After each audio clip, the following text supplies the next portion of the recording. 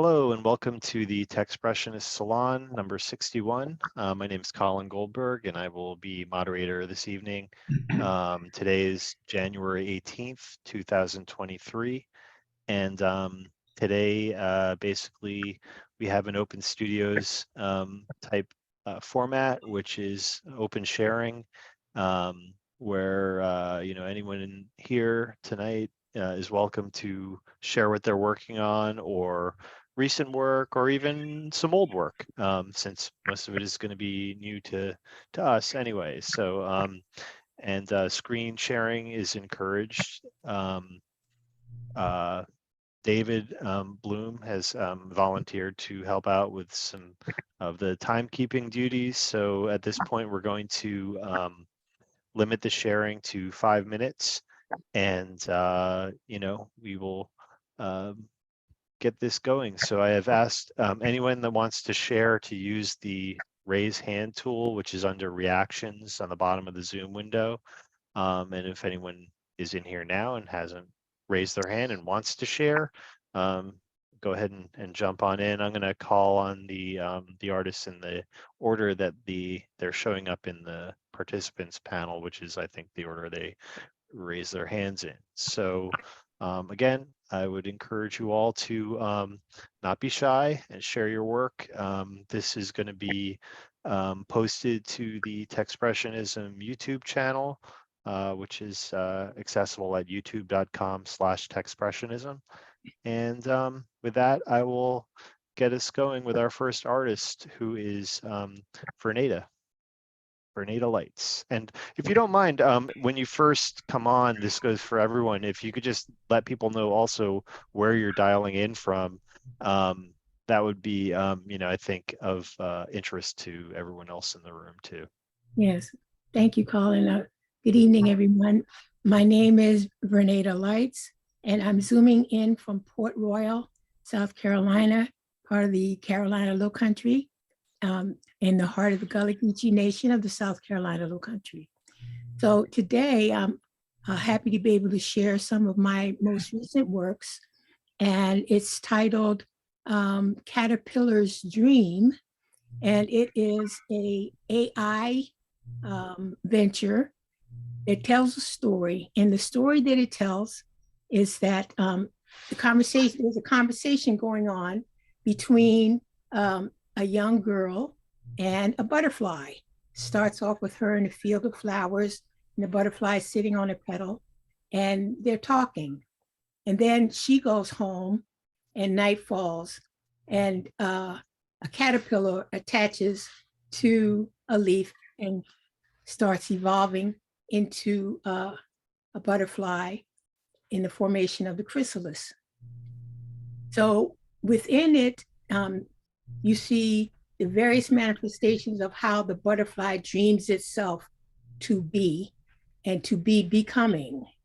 But then as the butterfly forms, it becomes transformed and commingled, mixed DNA-wise with the human. And at the end, there's both human and butterfly. So then we have the paradigm, is the caterpillar dreaming of becoming a butterfly and a human, or is the human dreaming of becoming a butterfly and a caterpillar? So I'm going to share the screen and the story for you.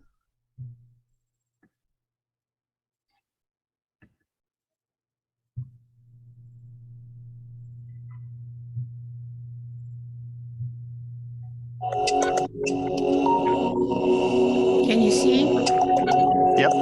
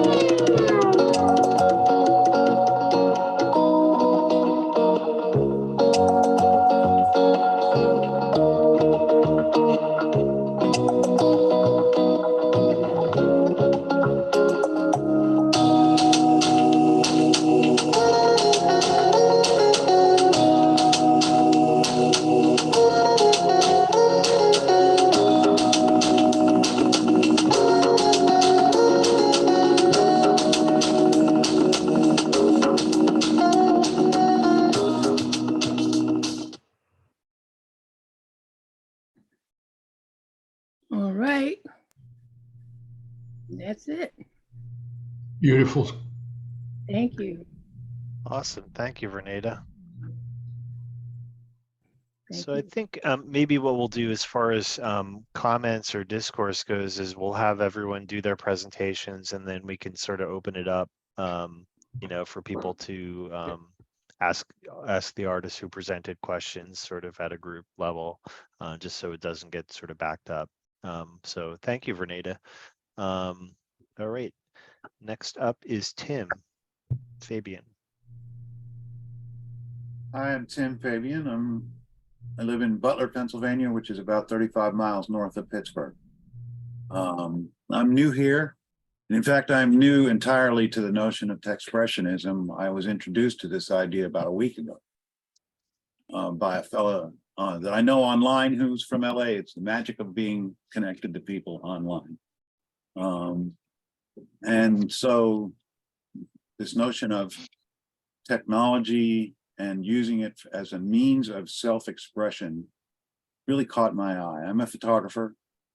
I was a photographer for a living for a long time, and then 2007, 2008 happened, and I had to get a job. So I got a job for a while, but I've retired a couple of weeks ago, and I'm ready to get back into photography. I've got my first show scheduled. And let's see, this is what I'm doing. And this is the group of photographs that I have reserved out for a show. And these are created using a camera that has a full frame chip, and then they're loaded into an application called GigaPan Stitch. I don't know if you know anything about what a GigaPan is, but you can look that up, GigaPan. And it's designed to create extremely large images that are then uploaded to the GigaPan site. And the GigaPan site is hosted at Carnegie Mellon University. And it's hosted on a couple of supercomputers. And in spite of the fact that these might be made of hundreds or thousands of images, the audience can zoom and fly through them. I got kind of bored with that aspect of it and put it aside for a while. But now in my retirement, I've decided to pick it up. And instead of feeding it regular information photographed in a grid, it's a robotic tripod head, and it photographs in a grid, and then it puts that grid together and gives you these images. So I've decided to try to feed the Stitch app discordant information to see what happens when it tries to stitch the stuff together. And then I crop what I think is a meaningful visual statement out of that and present it as if it was an individual photograph. And as you can see, there are a variety of these things, right? So I'm seeing just your like a folder on your desktop. I don't know if there's multiple windows. You might be sharing just a particular folder. Oh, okay. But I see a lot of small thumbnails right now. Okay, well, I'm trying to open individual images. Let me see if I can figure that out. You might need to stop your screen share and then reshare. Yeah. And then maybe if you share your full desktop versus a specific window, that might work. Oh, that was what I thought I was doing, but let's see. How about that? There you go. There's an individual image. There we go. Nice. Okay. So, and that's actually the small town that I live in Pennsylvania. But each of these rectangles that you see in the grid is an individual full frame 35 millimeter image that the software has then tried to put together. And I'm tilting the camera and, moving around and doing odd things to try to fool it, but not fool it so much that it feeds me gibberish. Sometimes it will feed me gibberish. So it depends on camera angle and exposure and all kind, subject matter and all sorts of things, how it blends itself together. Tim, you're at 4 minutes, Tim. I'm sorry, I'm at 4 minutes. Okay, so my question is I'm new here. What do you guys think about this? Do you want to flip through a couple if you're able to, Yeah. just so we could see some multiple images Else I can before yeah. your time is up? Let's see.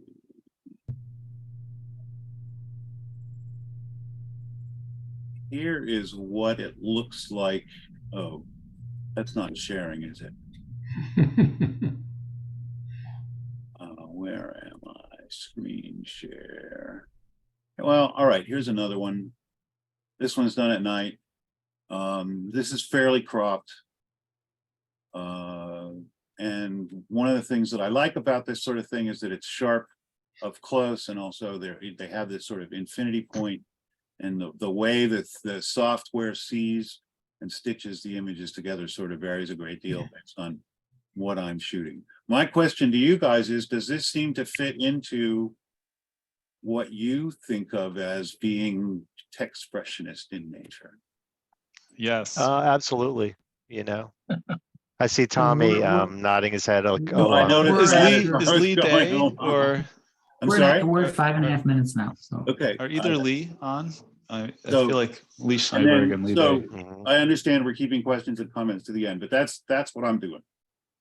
Awesome. Yeah. Yeah. What Tommy was saying was that there's a couple other artists in the group who also work with sort of, I know Lee Schneiberg calls it like rogue pano, like kind of using Yeah. pano shooting and stitching in sort of like a hacking type way.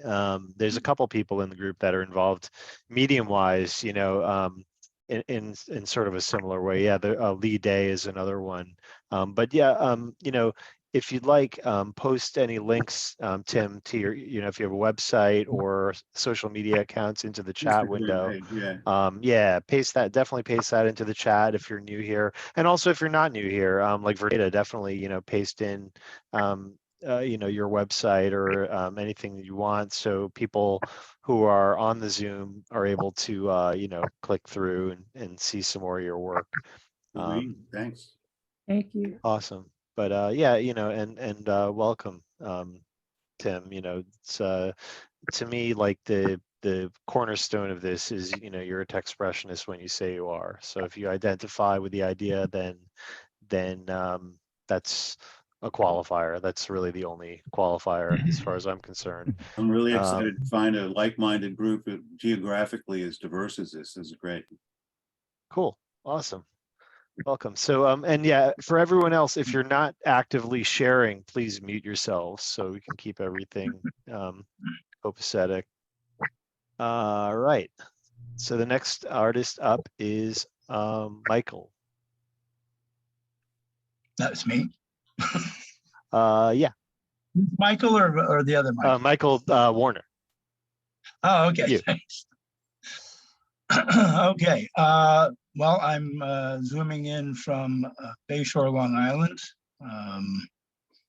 I'm a 40 plus year ago transplant from the Adirondacks in upstate New York. So a lot of my early photography, when I got my first serious camera back in the 70s, was nature, was you know, trees and such forth. So I'm just going to jump around and really quickly here. Let's see if I can get this working. Share screen. Start now. Okay. Oh, that's not. All right. So that was one of my earliest. I work with photography just like you know, others on here.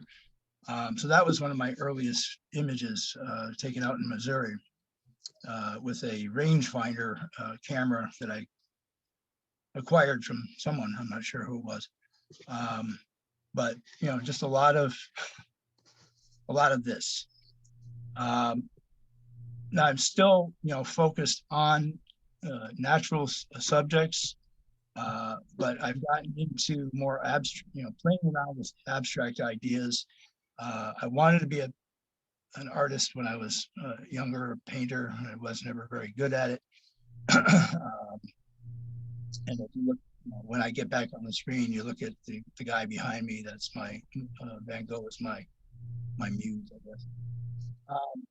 So, you know, I take shots that I've done of different subjects. This is actually a display of wood and such forth over at a park near me, which I took and did a composite, flipped over. I work mostly with my phone. I mean, I do have other cameras, but of course, you know, the phone is more convenient. So coming up with just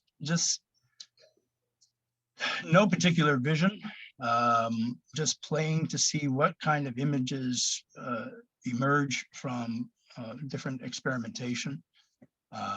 So this is getting back towards the original shot. So this is kind of the progression or the evolution of the image. Let's see.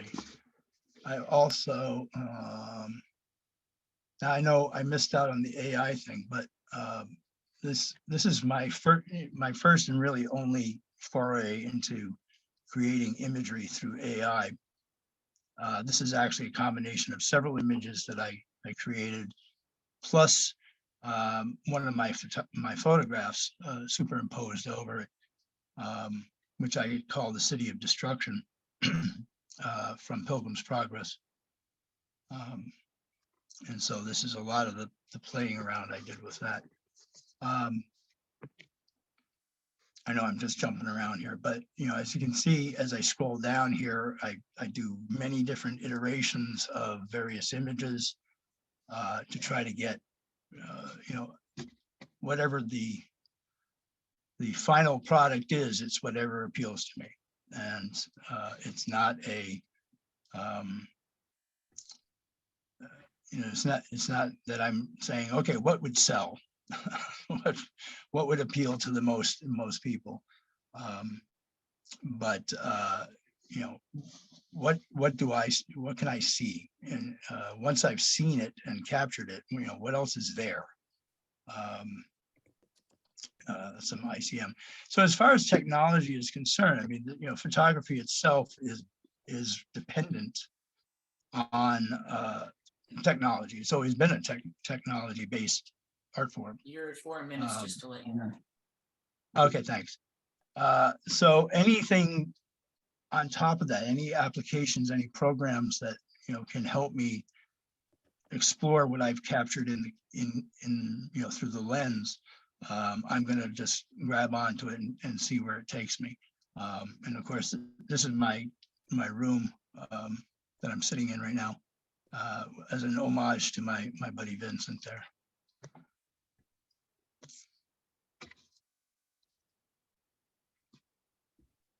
So that's really good. a little bit.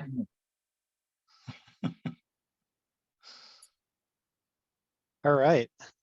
Thank you, Michael. Mhm.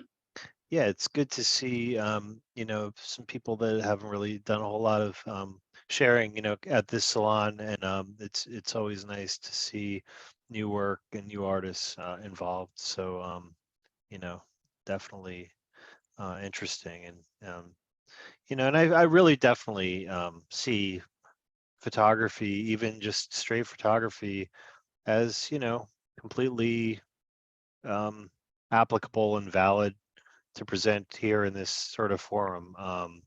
You know, a big part, I was talking with someone about this today, how, you know, in the end, you know, we just happen to be here in this time of computers, but you know, it isn't really, I mean, part of the whole idea behind Techspressionism is that technology is a continuum, and it isn't like right now with computers, it's that markedly different from when other new technologies came into the hands of artists, like the camera, and there was, you know, pushback from people saying, you know, this isn't art, it's the end of art, all that kind of same conversation that happens seemingly with every new wave of technology. So so here we are, and next up is Cynthia Beth Rubin. Okay, I think I'm ready. So I had my phone ready to time, but it's not timing. Okay, so shoot. I'm trying to get to the play button, and Zoom doesn't want it. Okay, so this is where I left off. So I'm going to go really quickly here in the beginning. These are the last time I presented, we were talking about photography, and I talked about using the plankton imagery and mixing it with galaxy imagery, actually, and drawing back on top of it. So here's a sequence that I did. The one on the upper left was the first one, which I really hated, actually, because it kind of reminded me of Chagall, which wasn't my intention, and I just couldn't stop seeing the Chagall ceilings. And then the one in the bottom was the next one where I got it printed out and I drew and added a lot of colors. And then in the upper right, I did my thing of adding some text to it and changing the colors dramatically. So I'd like to hear from people in these series, which one they kind of respond to the most. Then I started doing a whole bunch of little ones. I had a chance to be in a Miami Art Fair exhibit that Odetta Digital was organizing, and the pieces had to be 10 by 10, which was incredibly liberating for me. So I started doing this combining of the same Hebrew manuscript that I'd been working with, and the plankton and some seaweed. I actually used a teeny little bit of AI with Dolly, but I don't kind of list that because it was all obliterated. I mean, everything Dolly did was useless for me, except for stimulating my ideas. And then one of the students working in the lab at the University of Rhode Island sent me this image of a splitting, I can't say it, Dinosyphysis. And it was actually right in the middle of splitting. He thought it was really cool. So I tried to put it into the galaxy while I was working on this series. And you can see I showed you the initial drawing, and then I got it printed out and I drew on it some more, which has become my process. So here's a whole bunch of them. And are you seeing all of these? Because I'm not, in my view. I have my face. Yes, we are. Yep. Yeah, okay, great. Because my own face is over a lot of them. And so I kept going with this, printing out, drawing on them, doing variations.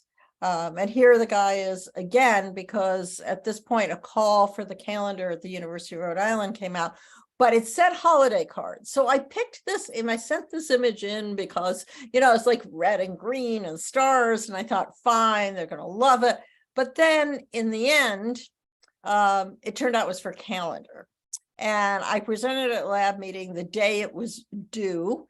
And we had a misunderstanding. I understood that they were pointing the wrong way from the feedback I got from the lead scientist, who's on Mendendur. In fact, she just said she liked it better going the other way. So I was just back from the West Coast. I did an all-nighter that wasn't that hard. I literally went to bed at 5 a.m. and I came up with this piece. It was torture to turn it, because also the proportions were a little different, just total torture. But here it is on the final calendar, and it turns out it's going to be on everybody's wall for the whole year. Like I said, calendar, there are going to be 12 of them. No, the whole year. So this was like a real interesting thing for me. Calendar by itself. Okay, so this is where I am. We're 4 minutes right now. Okay, I'm almost done.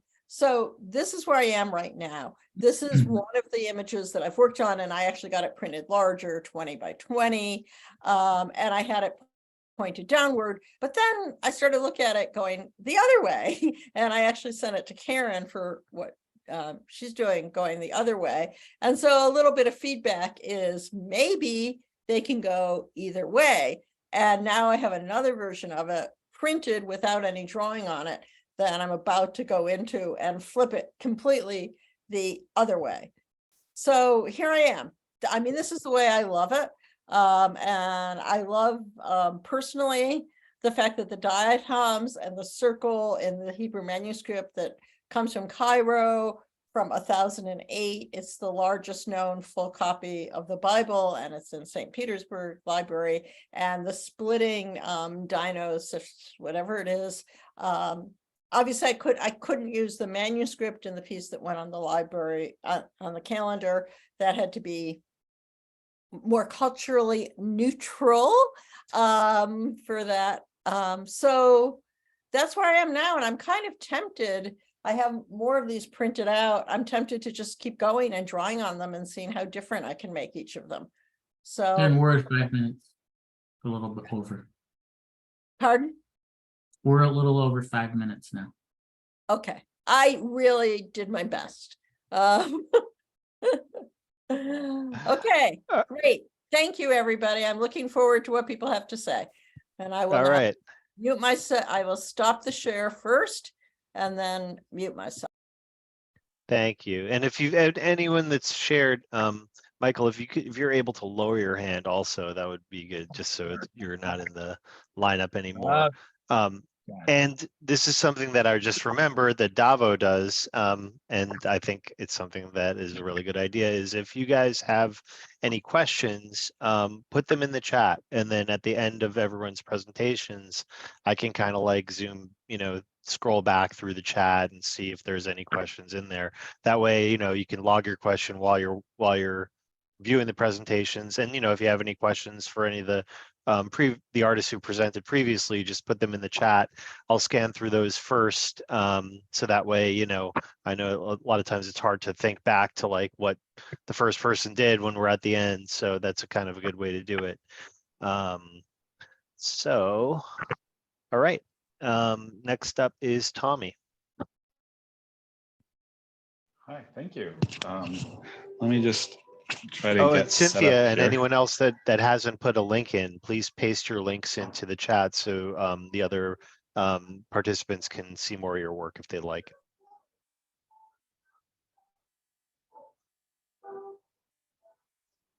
Hold on 1 second. I think I need to tap this button here. And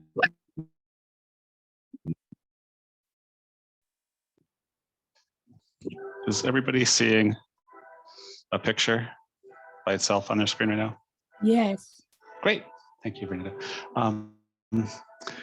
So I'm going to be showing some very recent work. This is a little bit older. So for people who haven't seen my work before, what I do is I take a sequence of pictures and then use a program that I wrote to compare them for areas of difference and create a time-lapse collage. So here's another example of that. Here's something called an alpha channel that is the areas of difference that are layered on top. So this is what I've been doing for a number of years now, both in two ways. One is I'll take a sequence of pictures and then run it through the program. And the other is I'll run the program live while taking the pictures. And so I'd like to show you what I just presented in Rochester. This is at Maker Faire Rochester. If anybody's ever been to Maker Faire, or never been to Maker Faire, I recommend it. So at Maker Faire Rochester, I was presenting this work, which I'm calling Automated Digital Photo Collage, Mirrors and Windows, after John Sarkowski's exhibition at the Museum of Modern Art in 1972, which talks about how every picture is either a mirror, i.e. a reflection of the artist's emotions, or a window of information out there onto the world.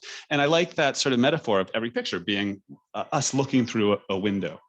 So what I did is I took a Raspberry Pi computer, I ran my algorithm on it, that is actually taking pictures from 4 cameras at once. Here we have a hat on top of the Raspberry Pi computer over here that allows 4 cameras to connect at once. And I was running all 4 cameras through, I was taking pictures through these wireframe drawings that I made with these 3D pens that sort of seem like a hammer looking for a nail. But I sketched over drawings that I had made with this 3D pen, and then created an armature to hold each camera positioned so that the viewers would see themselves, and let's see if we get to see the view, see themselves viewed through these armatures. And ever is this going to move? I do this in a collage that would continually change and be sort of interfered with by that wireframe. And I think of this wireframe very similarly visually to the this artifact, this alpha channel that's part of the process. So let me just skip ahead here. So that was Rochester. And now what I just did is I started running the program on a Raspberry Pi computer connected to a webcam that I'm pointing downward at a transparent platform holding some material that I found on the seashore, and creating a sort of a recursive collage that's being live generated. Let me see if, yeah, so I stick my hand under here and it'll take a picture in a moment and add it to the collage. Oh, I move stuff around, getting crazy. And so this is something I was planning on showing actually next month. I'm not sure if the show is still happening, but this is a close-up of that. Oh, no, it's not. That's me going around. Oh, and recently, the most recent thing I did to this is added this metal sphere to the arrangement, creating a reflection of the viewer within the image itself, which I find to be something that I always wanted to include. And this was missing in the live versions. I like to include the viewer in it. And this is a way of doing that once again. So here's what it looks like from the side. Really, it's just a Raspberry Pi computer over there, connected to a webcam pointed down at that platform on top of a monitor. Am I under 5 minutes? Because that's all I have to share. And I'm gonna stop there. How do I stop? You're at 4 minutes and 20 seconds, so you're good. Perfect. Well, I'll see the extra 40 seconds, the next person. Thank you for your attention. Tommy, you Thank didn't you, say Tommy. where you were from. Oh my goodness, I'm so sorry. I'm here in New York City. I'm, yeah. Thanks. Awesome. And definitely please post a link, Tommy, to your website or anything else you'd like in there.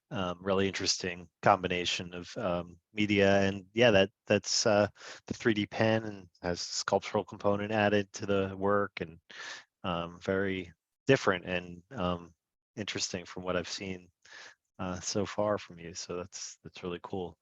All right, Malavika is now up.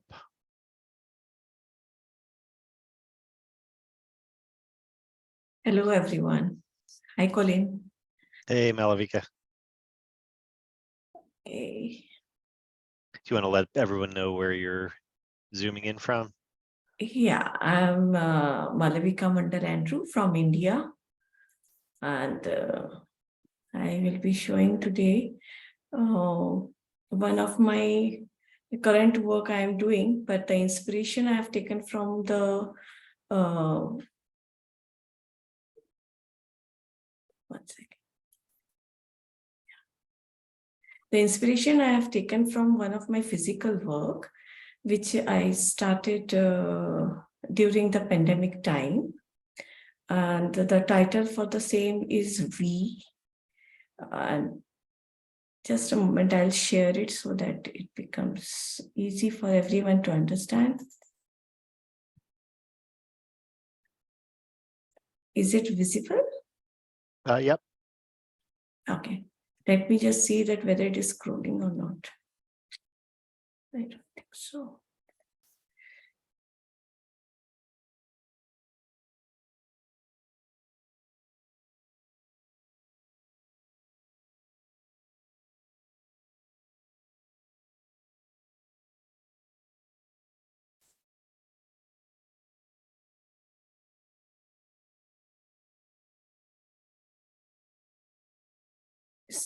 Can you see the zoomed image?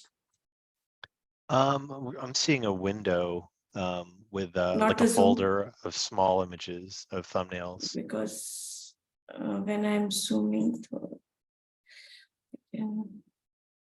sorry for the mess. It's okay. The first one you showed looked like it was full screen. Yeah, but it is not scrolling. That's the reason. Oh, gotcha. Still, it is same. Now I can see a larger image. Okay. So this is the work I did with the pen and ink on a handmade paper. And during that time, the title I thought of now, not that time, is We. So during that time, we family were together, and with the available things we were surviving. But related to my materials also, it was a similar thing. With whatever available material like beads, threads, papers, whatever available inside my house, I was continuing my creation. So these pieces, first two pieces, are as it is what was lying at my place. I just in between just tucked it, and this third, which is an elongated triangle, that I have cut. And the material itself is also like that. It is made out of waste. So I mean, like how that time even each and every material was important to us, similarly these materials also like that, it is created from the waste. The first one is waste handmade paper made from the paper, and the second one, yellowish one, is made from the rags. The third one is a leftover piece, but it is an acid-free mount board. Now this two side, what you see is the front back, which when I will scroll, maybe you'll understand. So if I see in the sunlight after doing my pen and ink work, I can see the back side as a shadow. So what I wanted to say that each and every part of our life, whether it is the back and front, if you see, is very important. And I have used the placement in such a way that we can leave a space, where, like how we need to leave a space in our life, similarly that. So that is one side, and this is the another side. And if I make all the things together, it is the actual look you can get it. So I mean, this is not like two. This is not two works. Now from this inspiration, I have taken and I've gone to the computer work. This is developed on the computer, and I have given the name also as per the application I have used. This is named as invert. This I have given a step. I am using the different layer transparency, which is not possible in the physical work to do it in this way. So here, again, three things combining together: computer, software, and my photography is combining. So that's how V3 was over there and V3 over here. You're over 5 minutes. Thank you. Thank you. Yeah. I'll just show the images, that's all, so that it gets come up. This is two photographs I have used, which is I have used the expanded freeform. So the base image is from the church floor, which has gone off because of the timing, and similarly the extant free form of the image down is also I have used extended, which over a period of time how we have transformed like that. Thank you.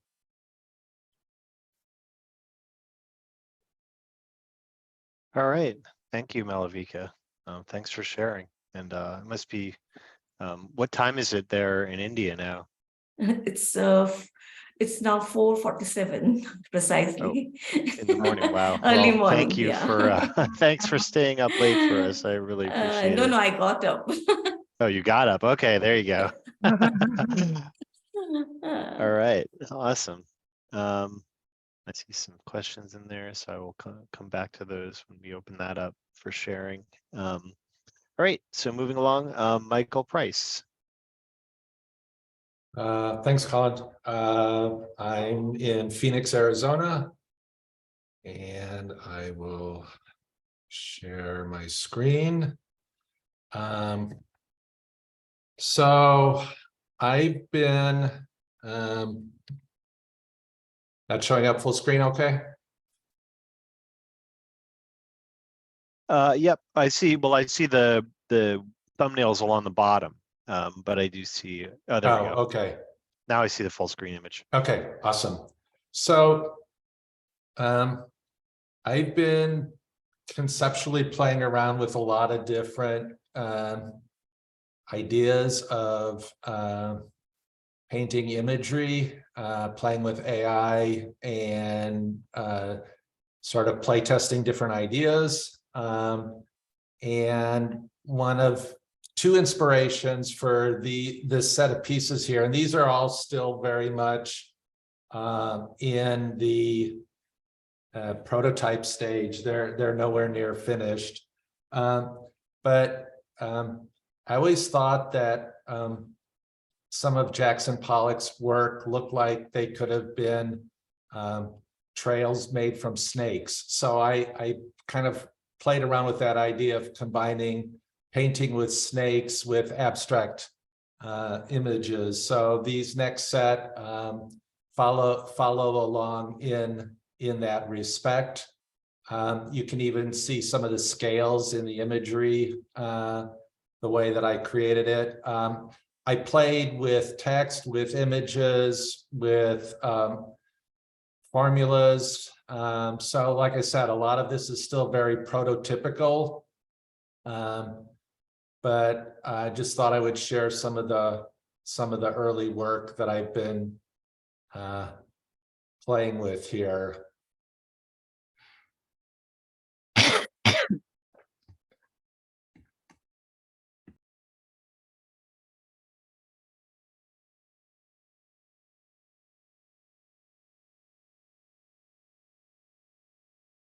Obviously, various painting techniques, some graffiti, some oil paint, some spray paint. But for me right now, I'm seeing the AI platforms as ways for testing a number of different conceptual things that interest me. And this was just something that I was playing with over the last couple of weeks.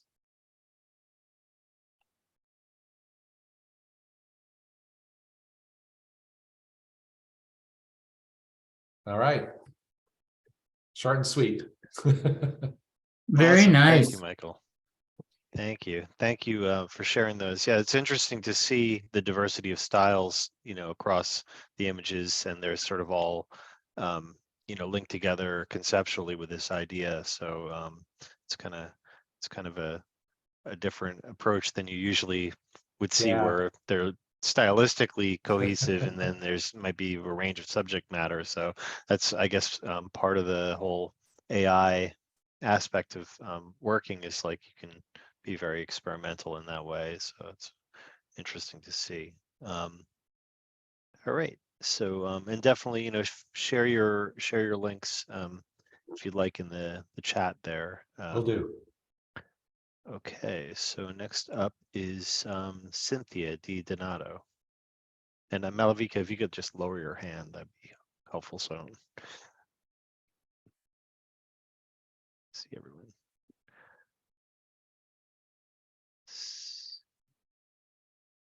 Cynthia, she go. Cynthia, did you want to present? I think you're muted, Cynthia. You're muted. Sorry again. It's okay. I'm here. I'm going to share. Of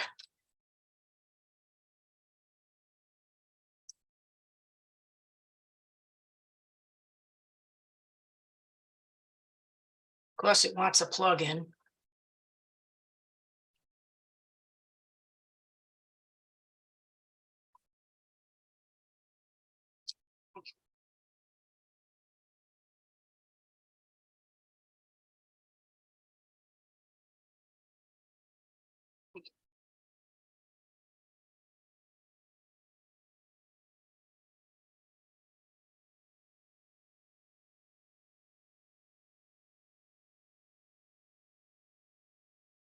Okay.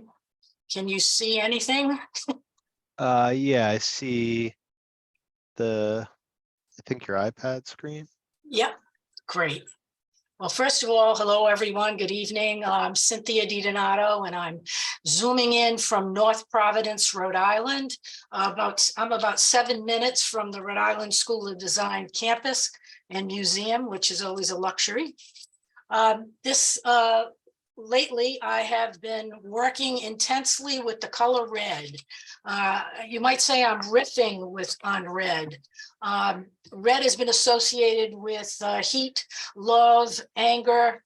So I'm interested in exploring these reds and shapes. Perhaps you can watch where the black goes. I started in Procreate, so I'm going to show you a little video that goes very quickly and shows all of the different steps that I took in Procreate. I actually started with a slow shutter image, which is an app on my iPhone.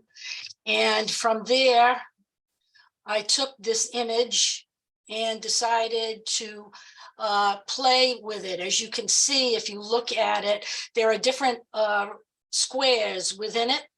And I decided to take it into iColorama, which is another app that I'm very fond of. And I began to play with that image by using some of the filters within the program. And again, this would bring me into another filter, and you can see it scatters the black. So I'm very interested in where the black goes. Believe it or not, this came out of that earlier image when I went to a different filter. Then I began to bring in and mix in other images that I have created that are either related to it or not related to it to see what comes of it. And again, more playing with the image. Here I'm masked out the top section and just had a filter that worked with the bottom third. Again, a different filter that scattered these circular shapes, and again, through the black, in all different areas. And I love seeing what happens with that. And again, here's the black getting thrown in a very different way in this piece. And again, I'm still in iColorama. Here I brought in another image that was taken from one of the red images where I went black and white and then blended the two images. Same idea here. And you're at 4 minutes now. Thank you. Here I took it into another area where I was allowed to paint in iColorama and bring those shapes in. And here's just more, and I'll just keep moving through these. Again, another image was brought in. Earlier image you saw was brought in again, and here I started playing with some of the color, getting oranges in. Here's another piece that was brought in this shape in the middle. So I just keep playing and playing. This is a cold wax piece that I took a photograph of, and then I blended it. Again, more changes in iColorama, bringing in the line. And then I actually came up with this, which is very, very different. So I don't know where this is going to go. I don't know which pieces I want, but you've seen what I have to offer. Thank you for watching. Perfect timing. Well, Thank you. It's beautiful. Thanks, art. Cynthia. And definitely paste your website in the chat. And if anyone has any questions, feel free to put those in the chat as well. All right, David, you are up next. Okay. I'm going to share and try and share off of the second screen. I'm going to be showing one work of art. Hang on, how do I do this?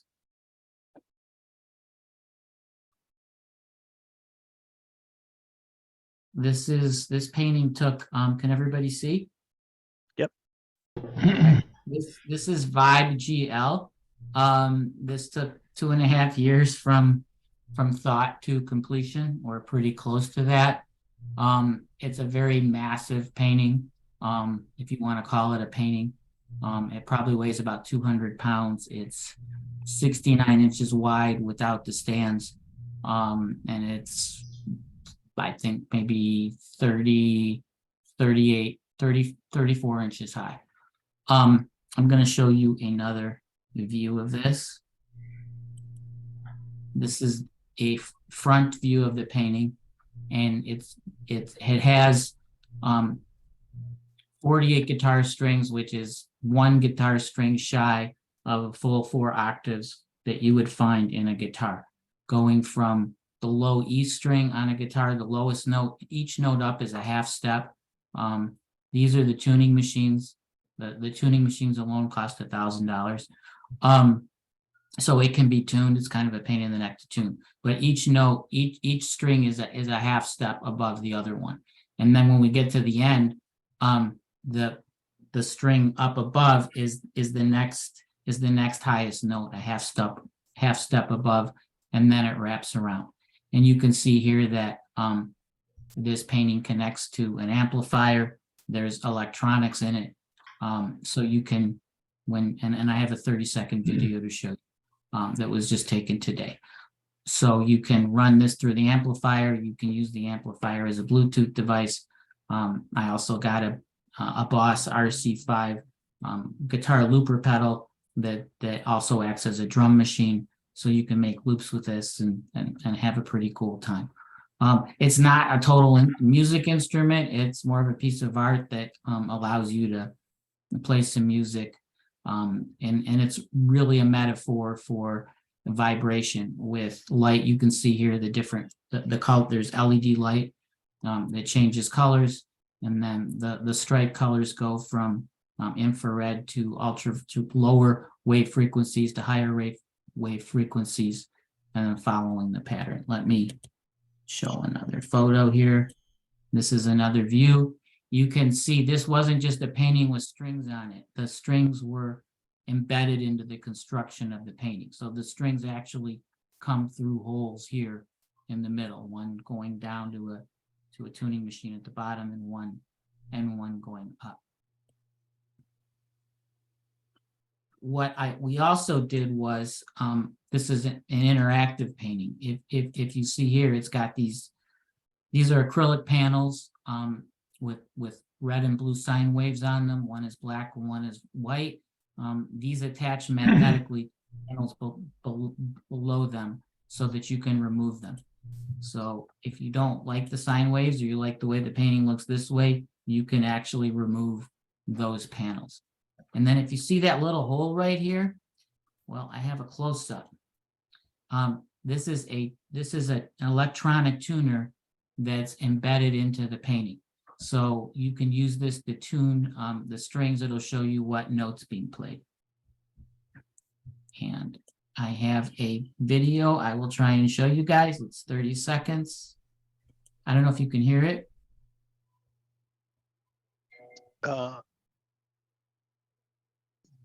No, you might want to just stop sharing and then reshare. I know when you have the share prompt come up, there's a little checkbox to share device audio. That might have to be checked in order for the sound to come through. I don't know if you want to. Okay, so let me try and reshare this.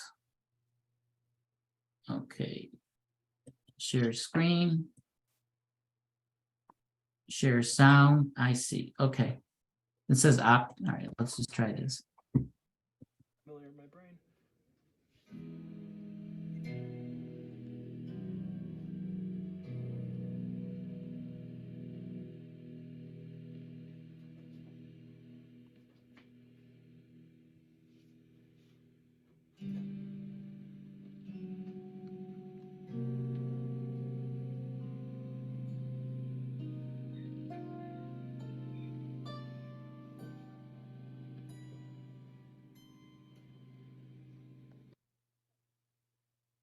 And that's it. 5 minutes. Perfect. Yep. It's wonderful. Awesome. Thank you. Mhm. Thank you, David. And feel free to paste a link into the chat if you'd like. Okay, be happy to. All right, and it looks like Sahar is the last artist to have their hand raised. If you'd like to share something, Sahar.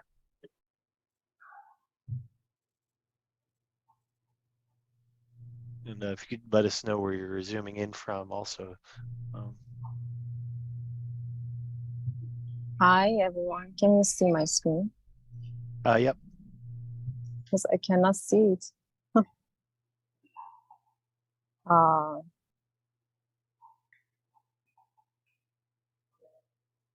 will share it again. And where are you coming in from, Hi. Sahar? Hi, I'm Sahar Moussavi. I'm from Iran, but I'm zooming from the Philippines. Gotcha. I want to start sharing, but I cannot see my screen myself. I see it says screen broadcast right now. Oh, okay.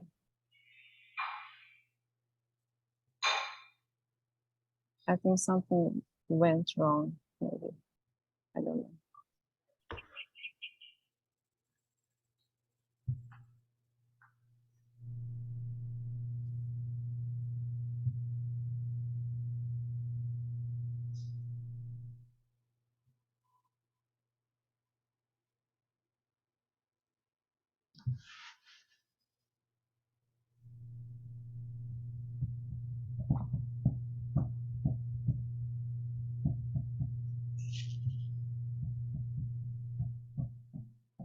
I think you're muted, Sahar. Can you see my screen? No. Oh, I don't know how to share it.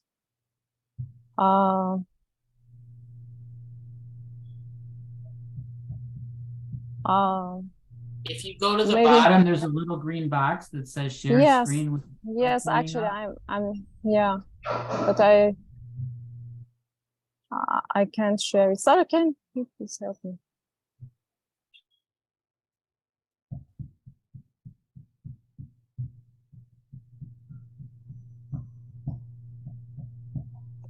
I think you're muted again, Sahar.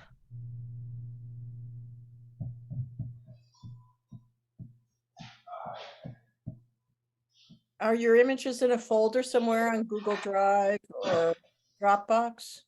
Oh, Oh, I saw it pop up for a second. It just said your screen is being shared, I think, but I didn't see the actual any content. Oh, there we go. I think it says you're sharing screen. If you could switch to the window, to the app that you want to share off of, that should probably, I don't know if it'll keep sharing if you switch to another app. Let's see. Oh, there we go. I can see it now. Video with the play button.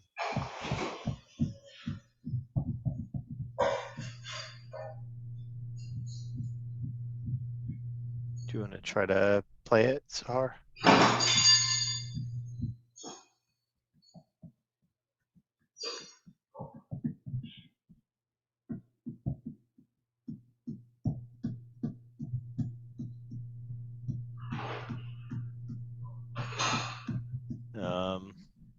Yeah, I'm not sure if it's not playing. I see a still image of like a sphere with a tree.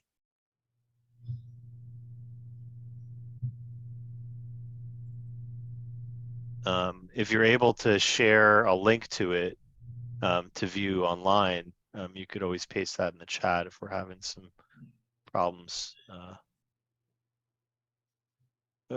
Looks like it's playing.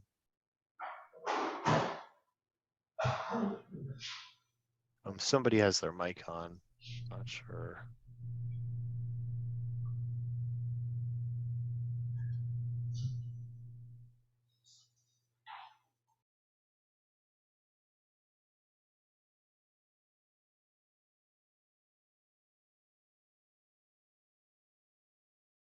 I think you didn't have my voice I was No. talking. Yeah. Yeah. Okay. But if you're able Okay. to share a link to it, Sahar, I don't know if Okay. it's posted anywhere. No, I didn't post it. No, I didn't post it. But can I share it again? Do we have time? Sure, if you'd like to give it another try. Yeah, okay. I'm sorry. Okay.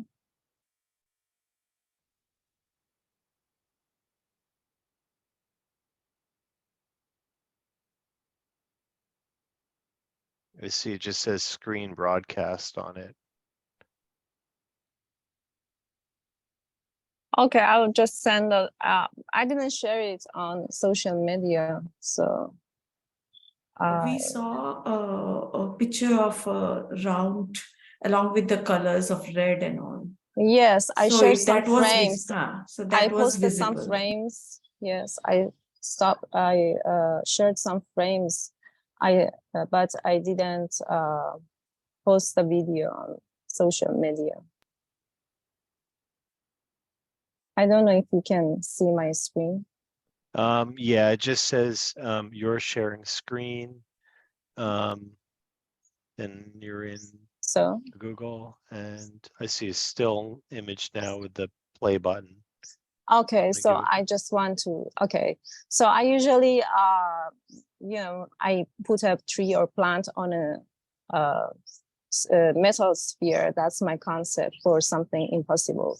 That's not reasonable and impossible in reality, but we can do that in digital world or art. So growing a tree out of metal. So I made this piece inspired by recent events in Iran. I put some words in Farsi in my artwork. What you see on top of the tree is Zan, which means woman, and then Zendegi, life, Azadi, freedom. So it's woman, life, freedom. And the music is by Sherbin, named for freedom, Baraye Azadi, which is based on hundreds of tweets. And I use just a part of it. I will play it for you.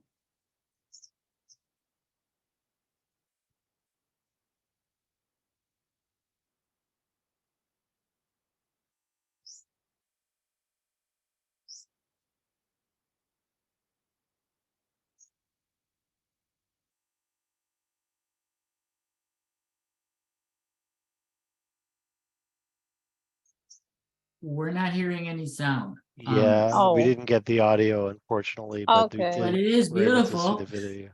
Thank you. I will share the link maybe later. Thank you. Okay. Thank you. And you. definitely share a link, to your Instagram account, even Okay, if it's thank not you. up there. That way people can follow you. Thank So thanks, you. Sahar. Thank you. Okay. Oh, it looks like there's a couple other artists that raised their hand here.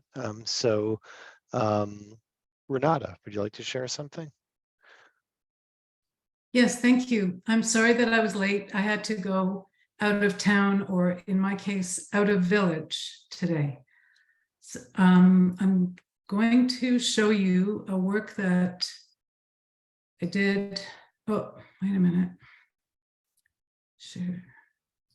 A work that I did based partly on nature, partly on my own drawing. And I would say the colors in this work are ice cream colors, because the photo that I used for this was an actual photo of the sunset. And up here, where I'm living on the northern Bruce Peninsula, the sunsets can be up to half an hour long, and the show is spectacular. In this video, it's 1 minute and 7 seconds in length. There's a mandala, and I included that because I wanted to emphasize the totemic quality of some of the imagery. And at the same time, I wanted to reference the water lilies paintings by Monet. I first saw the water lilies in the Museum of Modern Art in New York, which is quite a while ago. And then they were in France, and I saw them many times at l'Orangerie, which is a gallery specifically dedicated to these water lily paintings, which were done near the end of Monet's life at his garden in his home in Giverny, which isn't very far from Paris. You can take a train there in, I don't know, maybe an hour and a half, and there's a museum where from the house where he lived with his wife near the end of his life.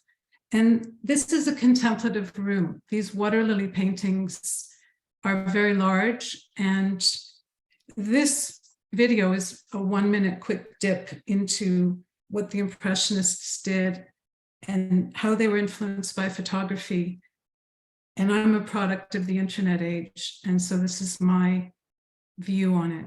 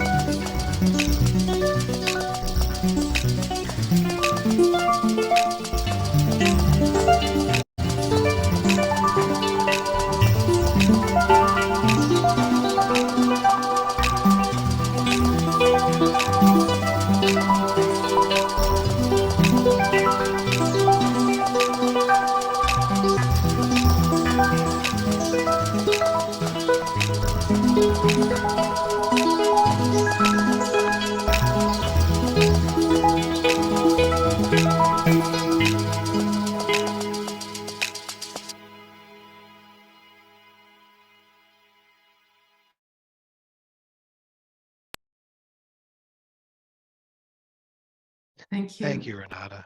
And did you compose the audio as well for that piece? Yes, I did. And if I could take 1 minute, I just wanted to give a shout out to Karen Lafleur.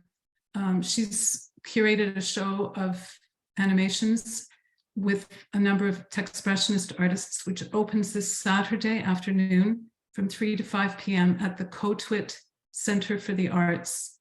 That's in Massachusetts, and Cotuit is spelled Cotuit.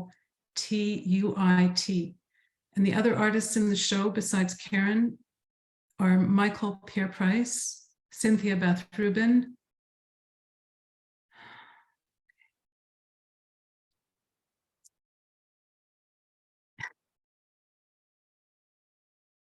Ross Diamond. Oh, there we go. Yeah, no, I had a memory lapse there. Ross Diamond and myself. So that's 5 Techspressionists, and it's going to be projected, the work, onto a video wall, which is a new acquisition by the center. And we are the first artists to be shown on their video screen, their video wall, which is apparently fairly large.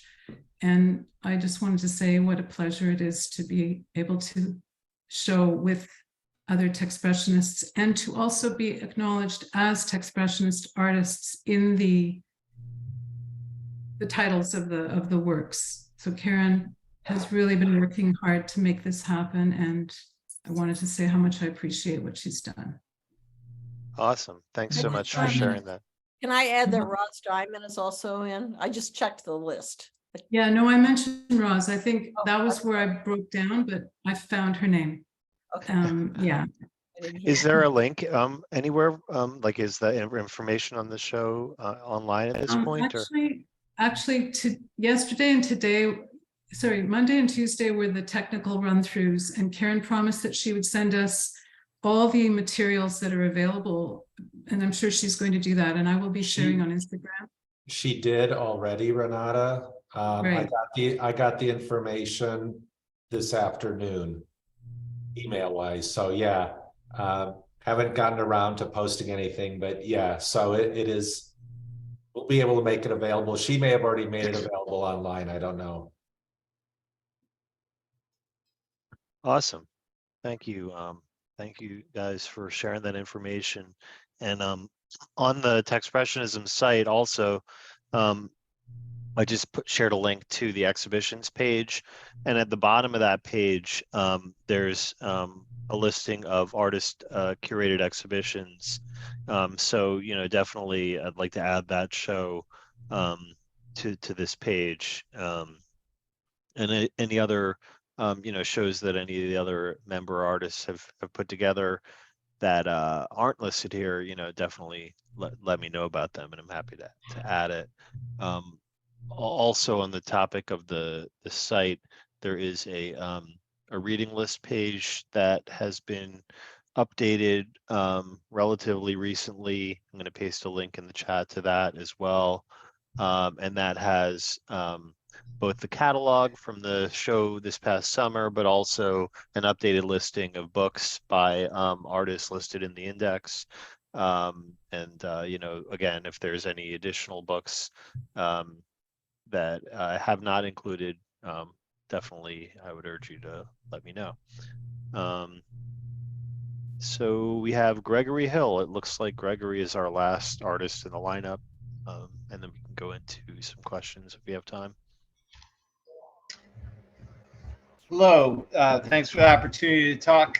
Can you hear me? Yeah.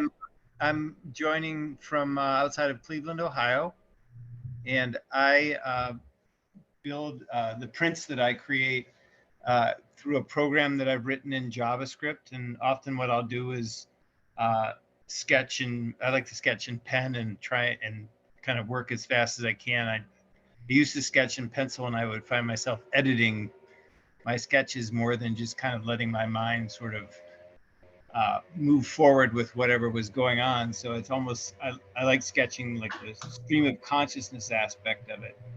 And then I find myself kind of redrawing the same images over and over. And then I'll move to the computer and I recreate them in JavaScript that I write in, and then randomize the code so I can get different variations upon the composition that I create.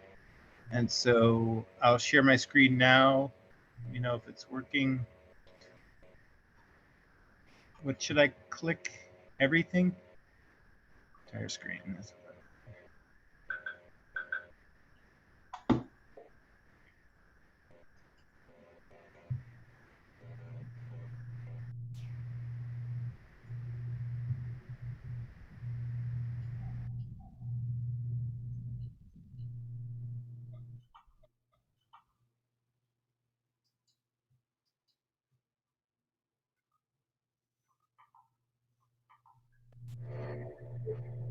I'll try again. Yeah, I initially was seeing a folder of images. I think I shouldn't select audio. I think that's the issue. You couldn't hear me, right? I think when you do computer audio, it also lets you use the mic. I'll try it again.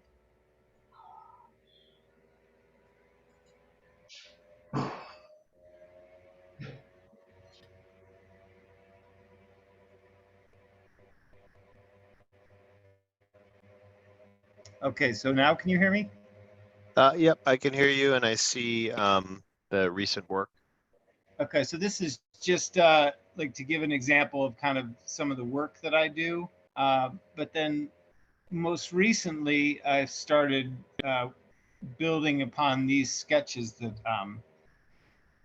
were based on just some sort of geometric patterns that I had in my head. And I did some sketches over and over and over and created this program to rebuild them.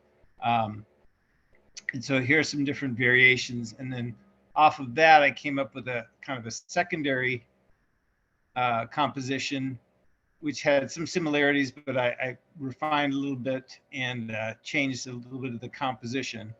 And then I recently, what I'm interested in trying to figure out how to refine even better is took the two sketches and kind of merged them together and came up with something that gave me a little bit more of the aesthetic feel of my drawings, a little bit sketchier, a little bit more organic, but still had the geometric patterns.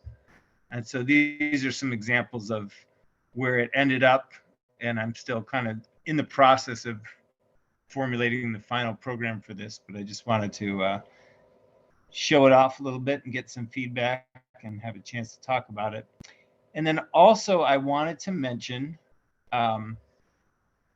either now or later, Colin, about a local gallery that's doing a digital art discussion in February.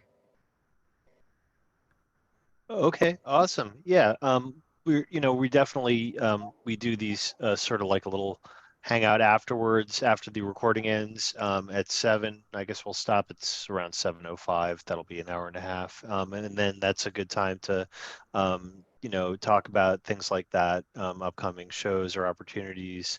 Trying to, as much as possible, reserve the salon time itself for artists to share their work or for discussion around the particular topic. So, but that's interesting work. And you said you coded that you build these in JavaScript?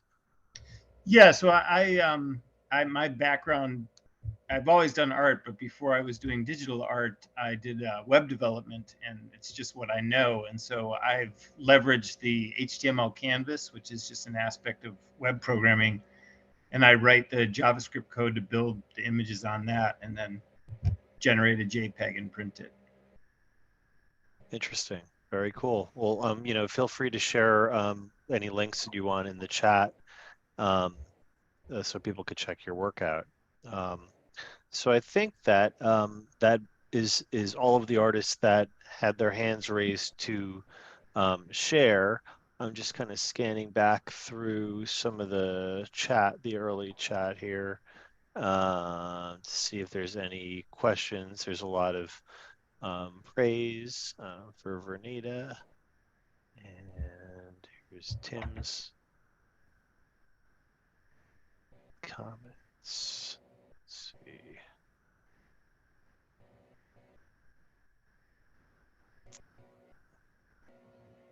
I know there's at least a couple questions in here.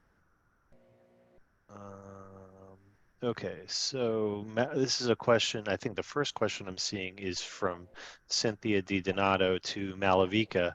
And Cynthia asked, how will you display these pieces, Malavika? Okay, thank you. Generally, it is if it is two-sided, I am using a acrylic glass box so that they can see both the side. But because it is having a transparency, so I have to means the person has to hold in the hand, then they get the feel. So it is both the way. For the display purpose, it can be kept in a glass box, and for getting the feel, they can open and they can see by hand. Thank you. Cool, thank you. Thank you. Okay, next question from Cynthia Beth Rubin, and I believe this is directed at Michael Price, asking, where is the patterning coming from, especially in the image that has the black and white pattern in the lower part below the red?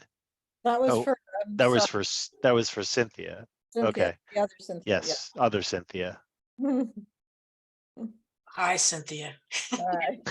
Cynthia to Cynthia. Yeah. The white that was in the lower part, was it the white that had the small black marks within it, or the ones that had the, squares within squares? I think the squares within squares is a very distinctive, repetitive pattern. And I loved the combination. It reminded me, I'm not going to say who it reminded me. I hate that. You know what you're thinking. So, but the juxtaposition of this very painterly, and then it felt like a cultural pattern of some kind, what we see on fabrics. Not that I'm saying you necessarily derived it that way, but I'm just curious about why that. I think that's a great direction, by the way. Well, thank you. Yeah, actually, those squares within squares were a brush that is in the program iColorama. There are a number of hundreds of brushes there, and this particular brush appealed to me, and I began to stamp the piece that you saw on the lower half. And I'm going to do some more exploration with the brush patterns in like a black and white, and maybe work with the red that way. It's just so many ways that you can go, and I'm having a great time. Thank you. Thanks. Thank you. Okay, scrolling through.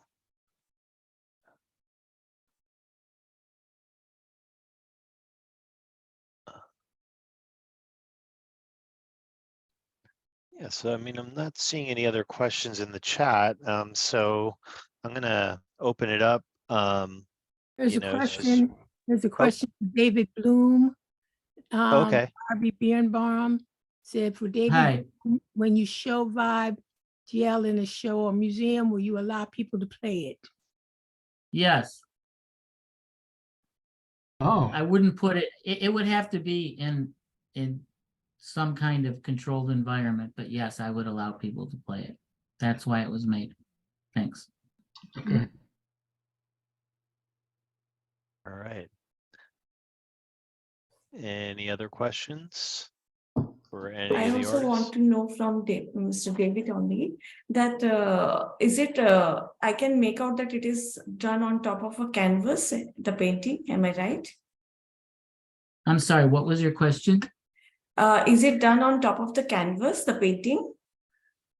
So this is the second Vibe that I did. The first one was done on a stretch canvas, and then we had a cocoon built for it with strings over it, and it went inside the cocoon. This painting was integrated. So there is the three panels, and I can pull it up with the stripes on it. Those are on canvas.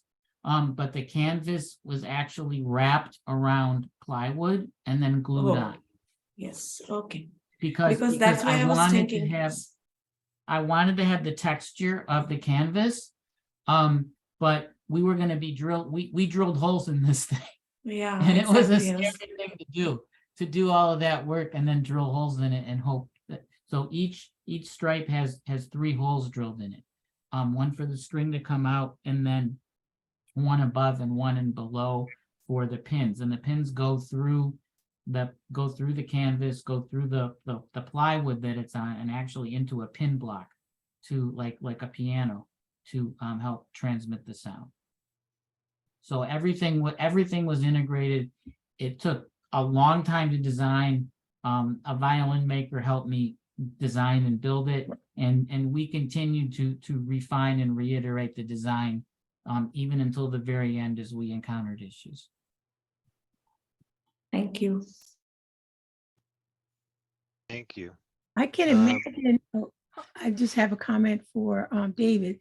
I can imagine you evolving your Vibe to the point where when you play it, that maybe the canvas might be made electronically sensitive, and the painting aspect of it might change and vary in accordance with the music being played. Let's work on the next one. It's possible. So there is LED light that surrounds this. And I didn't like how the LED light on the first one came out. So it took a lot of time. There are these little spots with LED lights, and we had to develop a whole new way, a channel of, we experimented with different types, with different manufacturers. There are some manufacturers where the light will change, their LED light will change based on the music being played. But in order to get the lighting effect we wanted, there wasn't a product that was available. But yeah, I think it's a neat idea. This painting can be played with mallets too. We had 2 mallets being made. I just didn't show you one of those videos. And the guy playing it, and the guy that was playing in this video is just graduated with his music teaching degree, and he's going to be teaching orchestra. So he was the one that was messing around with the painting and playing with it.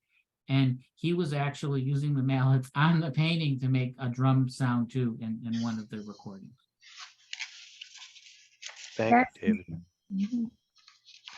Okay, so we're getting right about to the end of our time. I actually, Cynthia, do you have a question? Yeah, I just wanted to ask Tommy something. This latest project you're working on, and maybe I missed what you were saying.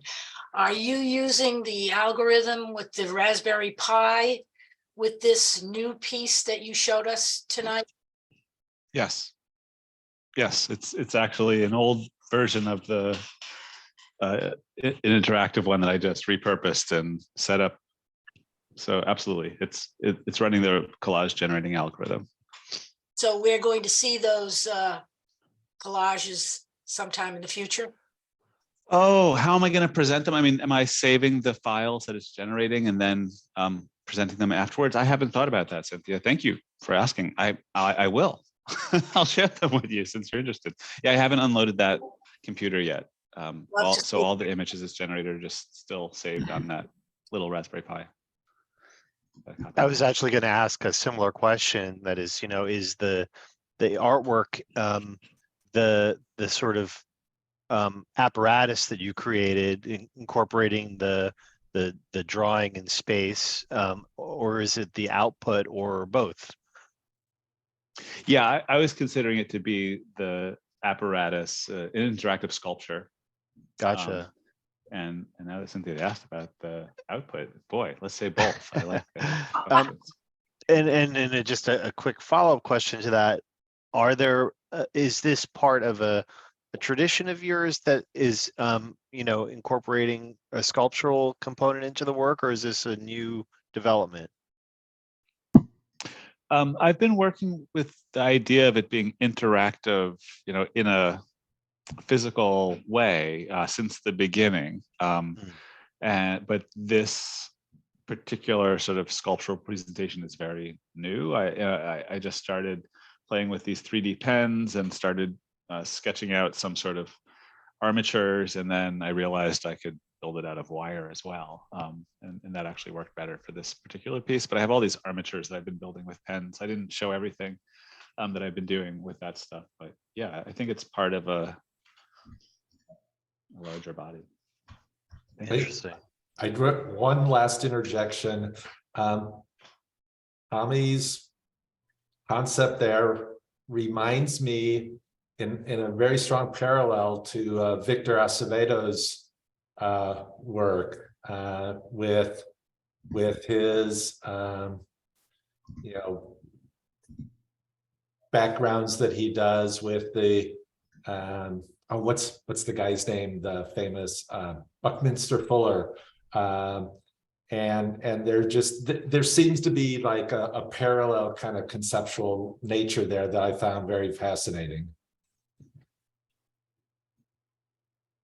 Very cool.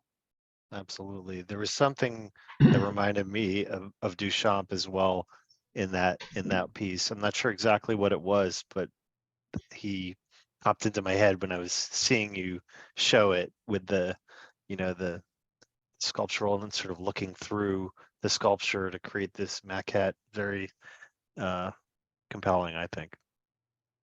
I'm forgetting the name of the piece. That was 2 plates of glass that sort of broke on their way to being installed.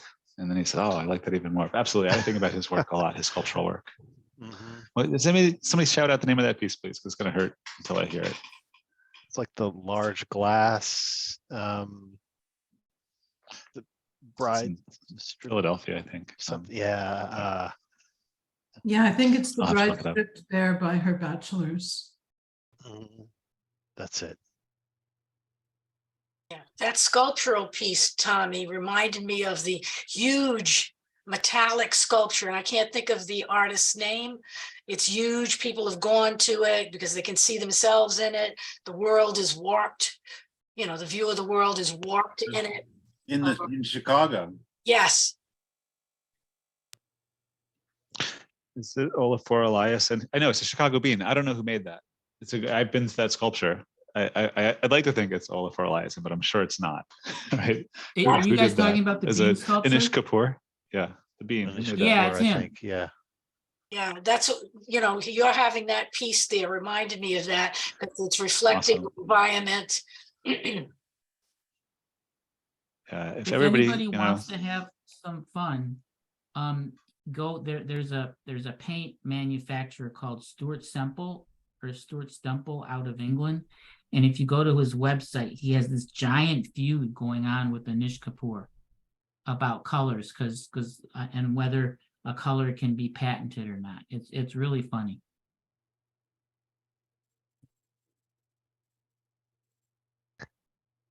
Gotcha. All right. Well, I think we are just about at time here. So I'm going to stop our recording momentarily, but I would like to thank all the artists who presented. David, thank you for your help with the timekeeping. You know, you're all welcome, whoever wants to stick around for a little bit after the recording ends, so we can pick a topic for the next salon, which has become a little bit of a tradition.